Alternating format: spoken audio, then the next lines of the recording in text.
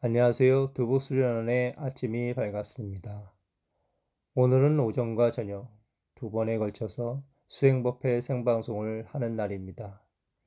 스님은 새벽 기도와 명상을 마친 후 오전 8시부터 정토회 기획위원회를 어떻게 운영하면 좋을지 조언을 요청해서 정토회 임원들과 온라인으로 회의를 했습니다.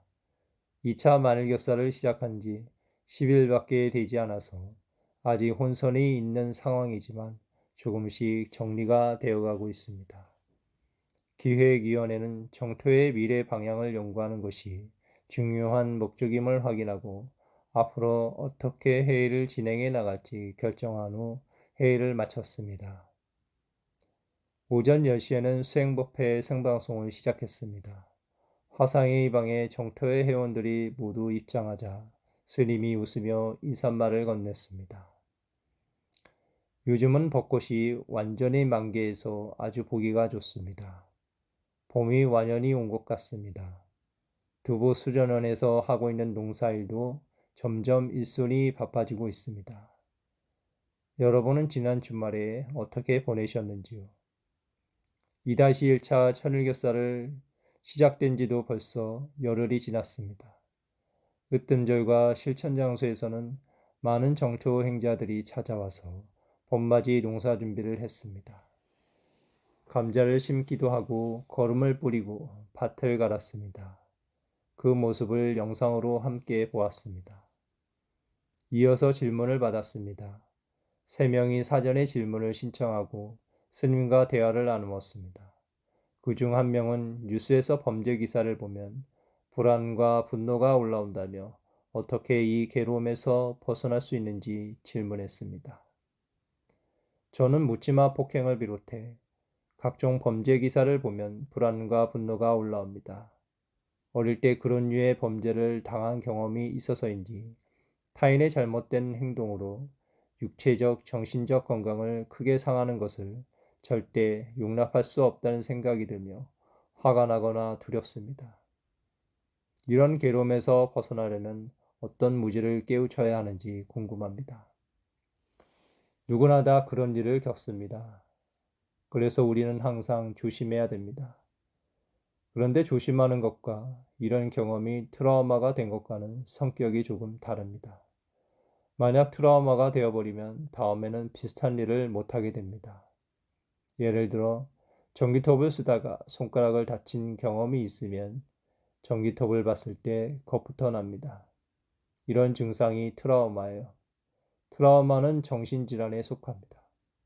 과거의 경험이 뇌에 각인이 되어서 충격을 주기 때문에 현실에서 일어난 것은 아니지만 머릿속에서는 자꾸 현실에서 일어나는 것처럼 생각이 일어나서 심리가 불안해집니다. 이런 경우는 치료를 받아야 합니다. 물론 요즘에는 보통 사람들도 묻지마 폭행을 당하곤 하니까 길을 갈 때도 늘 조심해야 되고 또 무슨 일이 일어날지 몰라 불안해할 수도 있습니다. 이런 느낌은 누구에게나 다 있습니다. 그런데 보통 사람들은 그 정도가 약해서 일상생활에 영향을 줄 정도는 아닙니다. 언론에서 이런 기사가 많이 나면 당분간은 불안했다가 또 잠잠하면 가라앉습니다. 그런데 질문자처럼 아주 민감할 뿐만 아니라 늘 그런 생각이 든다면 치료를 받아야 됩니다. 정기적으로 치료를 받고 상담도 받아야 해요. 그런 후에 혼자서 할 수 있는 수행법은 자신의 마음을 편안하게 하면서 절을 하는 겁니다. 저는 편안합니다. 아무 일도 없습니다. 이렇게 자기에게 암시를 주면서 절을 합니다. 실제로 아무 일도 없어요. 아무 일도 없는데 내가 영화를 보고 놀라듯이 혹은 꿈에서 놀라듯이 심리가 불안한 겁니다. 이것은 자기가 자기 스스로를 치료하는 자가 치료법입니다. 즉, 무의식의 변화를 가져오는 치료 방법입니다. 무의식의 변화를 가져오기 위해서는 지속적으로 자기 암시를 주어야 합니다. 그렇게 자기 암시를 주는 것을 우리는 기도라고 합니다. 매일 108배의 절을 하면서 이런 기도를 반복적으로 하는 것입니다. 그러면 치유에 조금 도움이 될 거예요. 혹시 타인의 잘못된 행동으로 피해를 입는 것에 대해서 엄청 화가 나는 것에 대해서는 어떻게 수행을 하면 좋을까요? 질문자는 타인의 잘못된 행동에 대해서 어떤 피해를 입었습니까? 묻지마 폭행 등을 당해봤어요? 저는 어렸을 때 성추행을 당한 경험도 있고 왕따를 당한 경험도 있고 납치를 당할 뻔한 적도 있거든요. 그렇다면 과거의 경험이 트라우마가 된 것입니다. 불안함은 치유를 해야 돼요. 그런 후 일상생활에서는 약간 주의를 해야 합니다. 예를 들어 전기톱과 같은 기계를 사용할 때 사고가 안 나려면 기계를 다룰 때 조심을 해야 합니다. 조심하는 것과 불안한 것은 성격이 다른 거예요. 위험한 곳에는 안 간다던가 밤늦게 안 다니는 것은 조심하는 것입니다. 그런데 밤만 되면 불안하거나 길만 가는데도 불안하다면 이것은 정신질환에 속하는 거예요. 트라우마는 치유를 받으면 좀 진정이 됩니다. 그 다음에 기도를 하면 조금 더 안정이 됩니다. 분노라는 것도 엄격하게는 정신적인 질환에 속합니다. 애인하고 헤어지고 나서 밥도 목구멍에 안 넘어가고 만사가 귀찮고 죽고 싶어 한다면 대부분이 사랑병이라고 부르지만 정신적인 작용의 측면에서는 모두 병에 들어갑니다. 남편이 죽었기 때문에 나도 따라 죽는다면 이것도 굳이 따지자면 정신병입니다. 사랑이라는 이름으로 합리화를 하는 것이지 엄격하게는 모두 병이라고 할 수 있습니다. 네, 치료를 잘 받도록 하겠습니다. 3명과 대화를 나누고 추가로 더 질문을 받은 후 12시가 다 되어 생방송을 마쳤습니다. 회원들은 화상의 방에 모여 마음 나누기를 이어나가고 스님은 방송실을 나왔습니다. 점심 식사를 한 후 오후에는 울력을 했습니다. 어제에 이어 오늘도 문수팀 예비 행자님들과 함께 지붕 수리하는 일을 했습니다. 어제 낡은 슬레이트 지붕을 다 뜯어내고 강판 지붕을 새로 얹어 놓았습니다. 오늘은 조각으로 된 강판 지붕을 세밀하게 크기에 맞게 맞추고 나무 지지대에 맞춰 나사를 박았습니다. 스님이 긴 막대기로 지지대가 있는 곳을 맞춰주면 행자님이 나사를 하나하나 박았습니다. 못을 다 박고 원래 있던 방수천을 펼쳤습니다. 방수천이 짧아서 비가 셀 수도 있겠네요. 일단은 비가 올 때 어떻게 되는지 보고 또 보수합시다. 창고 지붕 수리를 마치고 이번에는 화장실 지붕을 수리했습니다. 화장실도 슬레이트 지붕이 많이 낡아 있었습니다. 못을 빼고 슬레이트를 조각조각 빼냈습니다. 슬레이트를 다 치우고 지붕 강판 5개를 겹쳐 올렸습니다. 화장실 천장 크기보다 강판이 더 커서 튀어나온 부분은 힘으로 구부렸습니다.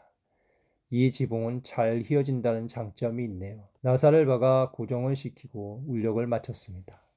천장 크기에 맞게 강판 위치를 조절하다 보니 2곳의 지붕을 다 교체하는데 4시간이 넘게 걸렸습니다. 5시 30분이 넘어 두부 수련원으로 돌아와 업무를 보았습니다. 해가 저물고 저녁 7시 30분에는 저녁반 회원들을 위해 수행법회 생방송을 했습니다. 오전처럼 주말에 으뜸절에서 회원들이 봉사활동을 한 모습을 영상으로 보여주었습니다.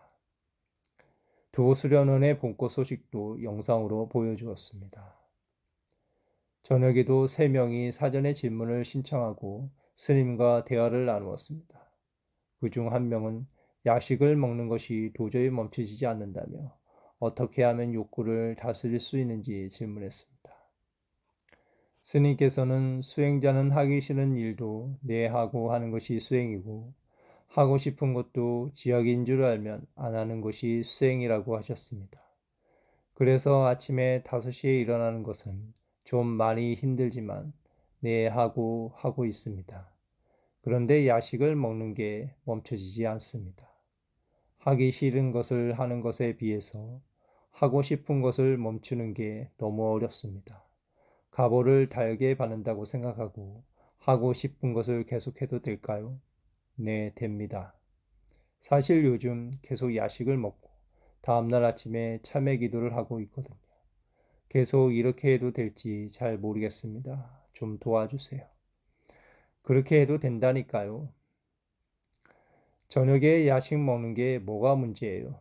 저녁에 야식 먹는 것은 남을 때리는 것도 아니고, 남의 물건을 뺏는 것도 아니고, 남을 성추행하는 것도 아니고, 남한테 욕설하는 것도 아니고, 남에게 사기치는 것도 아니고, 술 먹고 취해서 남을 괴롭히는 것도 아니잖아요.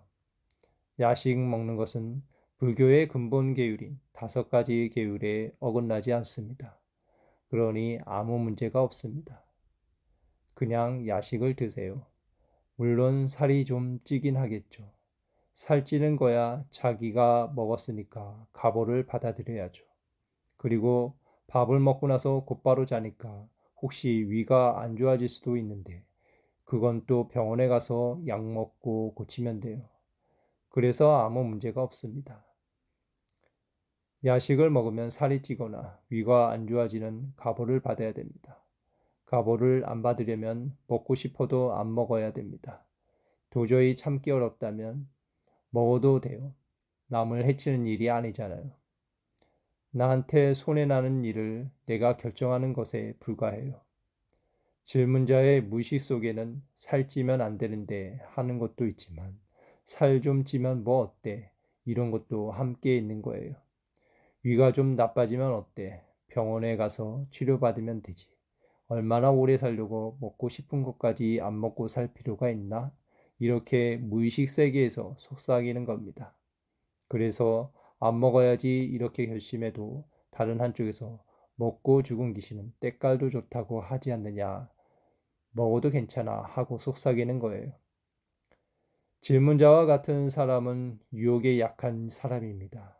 반대로 좋아하는 것은 멈출 수 있는데 싫어하는 것은 죽어도 못한다는 사람도 많아요. 이런 사람은 성냄이 많은 사람입니다. 불교에서는 괴로움의 원인을 탐진치라고 합니다. 질문자는 그 중에서 탐심이 많은 사람에 속해요. 하고 싶은 것을 못 참기 때문입니다. 반면에 싫은 건 죽어도 못해 하는 사람도 있어요.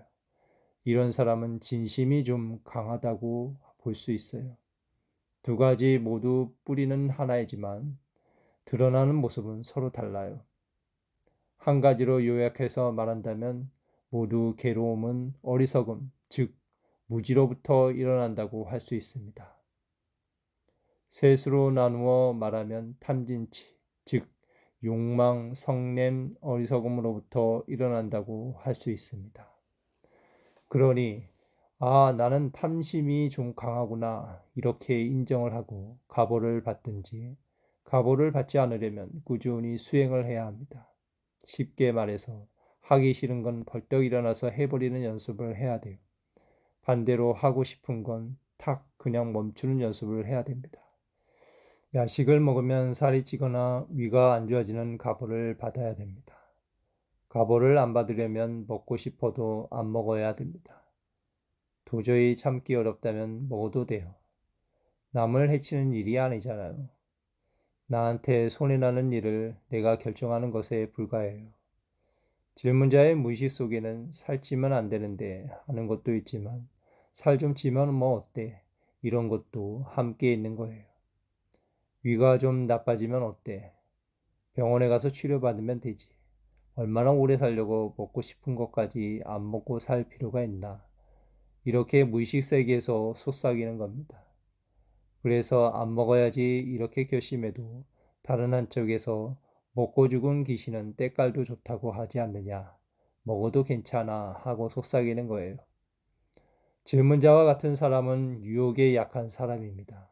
음식이 입에 탁 들어갔더라도 알아차리는 순간 탁 음식을 뱉어버려야 해요.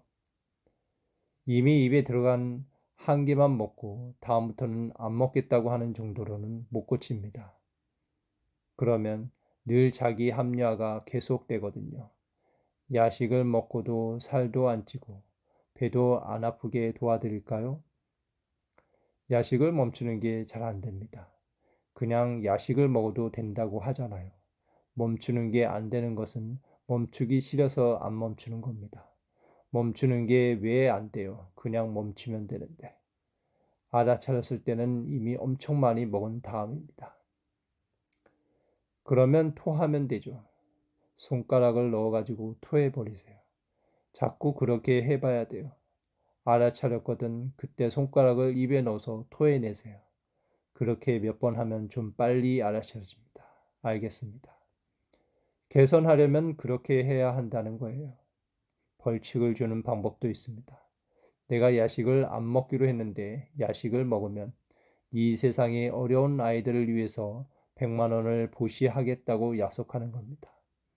매일 야식을 먹었다면 한 달에 3천만 원을 보시하게 되겠죠. 그러면 질문자도 먹어서 좋고 가난한 사람들도 먹어서 좋고 모두 좋죠. 그러니 벌칙을 정해놓고 한번 해봐요. 100만 원을 내겠다고 1000원을 내겠다. 이 정도는 안 됩니다. 적어도 한 번 야식을 먹을 때마다 100만 원을 보시하기로 정해봐요. 그러면 야식을 서너 번 먹고 나서 딱 멈춰질 겁니다. 그렇게 못한다면 자기 합리화를 하고 있는 거예요.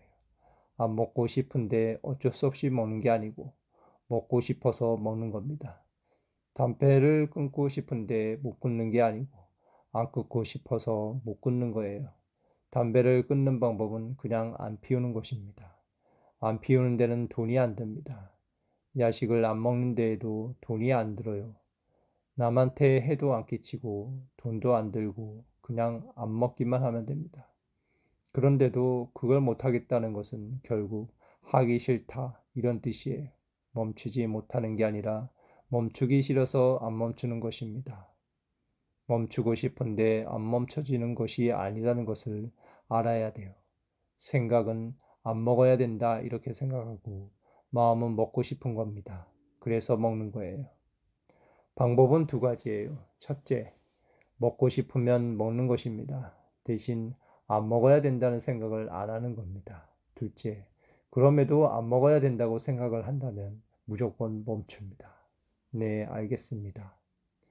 이 외에도 다음과 같은 질문이 있었습니다. 아내와 멀리 떨어져 지낼 때는 보고 싶기도 하고 그리워지는데 막상 집에 돌아와서 만나면 제 입에서 고운 소리가 안 나옵니다.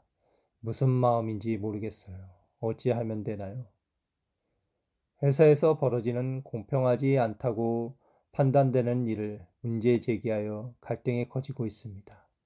직장 동료들과도 관계가 불편해지고 있고요. 어떻게 하면 좋을까요?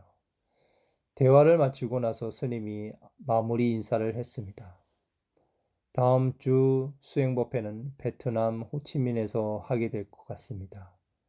경비를 아낀다고 방송을 담당하는 사람만 한 명 데려가고 스님의 하루 제작팀은 안 따라갑니다. 그래서 내용을 풍성하게 전달할 수는 없겠지만 현장 모습을 사진으로는 몇 장 정도는 보여드리겠습니다. 다음 주에 뵙겠습니다. 생방송을 마치고 나니 밤 9시가 훌쩍 넘었습니다. 내일부터 이틀 동안은 공동체 지부 활동가들과 함께 봄꽃 나들이와 농사 울력을 하고 저녁에는 함께 대화를 나누는 시간을 가질 예정입니다.